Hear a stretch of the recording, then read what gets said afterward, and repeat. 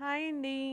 మనం అరటి తొక్కలతో ఫర్టిలైజర్ ఎలా తయారు చేసుకోవాలి, అరటి పండ్ల తొక్కలను మన మొక్కలకు ఎరువుగా ఎలా ఉపయోగించుకోవాలో, ఎన్ని రకాలుగా ఉపయోగించుకోవచ్చో ఇవాల్టి వీడియోలో చూద్దాము.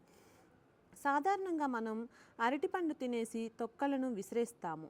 ఆ విసిరేసేదేదో మన మొక్కలలో విసిరామనుకోండి, వాటికి బలం వస్తుంది. ఈ అరటిపండ్ల తొక్కలను మన మొక్కలకి 3 రకాలుగా ఉపయోగించవచ్చు.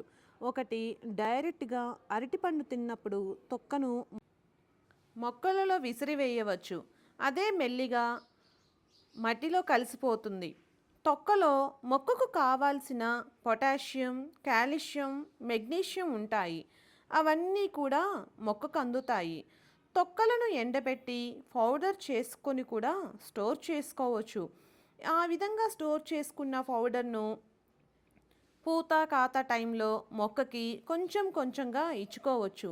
ఇంకా అప్పటికప్పుడు ఇన్స్టంట్గా కావాలి అనుకుంటే, ఎండ లేదు కానీ మొక్కకి త్వరగా ఫెర్టిలైజర్ ఇవ్వాలి, మా దగ్గర అరటి తొక్కలు ఉన్నాయి అనుకుంటే, ఇంకా మనం ఈ విధంగా పచ్చి తొక్కలనే మిక్సీ చేసుకొని కొంచెం వాటర్లో డైల్యూట్ చేసుకొని కూడా మొక్కలకు ఇచ్చుకోవచ్చు.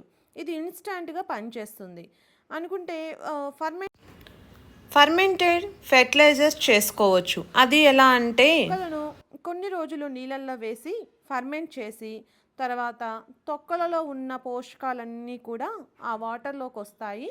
మనం తొక్కలను మురుగపెడతాం కదా, మురుగపెట్టడం ద్వారా ఆ తొక్కలలో ఉన్న పోషకాలన్నీ కూడా వాటర్లోకి వస్తాయి. ఈ వాటర్ని కూడా మనం మొక్కలకు ఇచ్చుకోవచ్చు.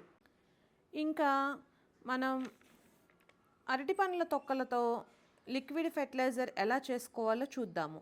మొదటిగా మనం అరటి పండ్ల తొక్కలు ఫ్రెష్ అయినా పర్లేదు, లేదు పొద్దునవో సాయంత్రమో అయినా పర్లేదు, కలెక్ట్ చేసుకొని ఉంచుకుంటాం కదా, వాటిని చిన్న చిన్న ముక్కలుగా కట్ చేసుకోవాలి.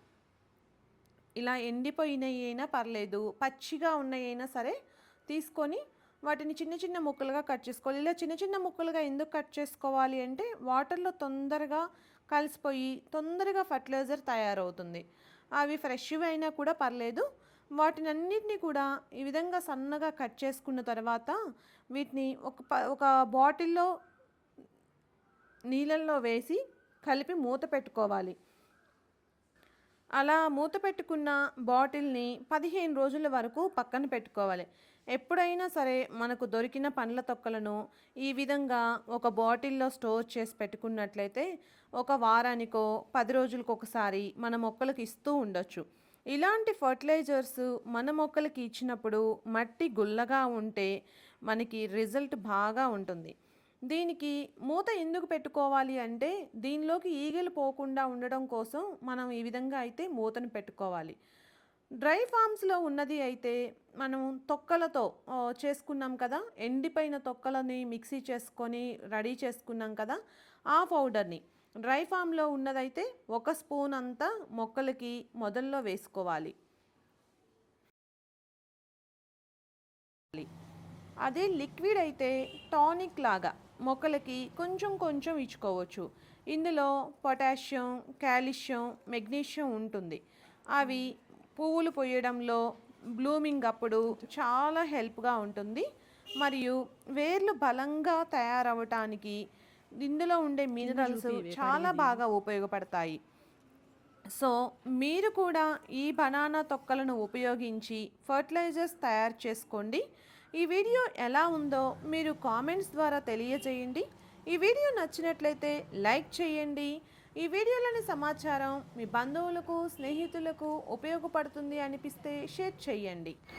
ఇలాంటి మరెన్నో సరికొత్త వీడియోల కోసం ఛానల్ను సబ్స్క్రైబ్ చేయండి. Thank you for watching.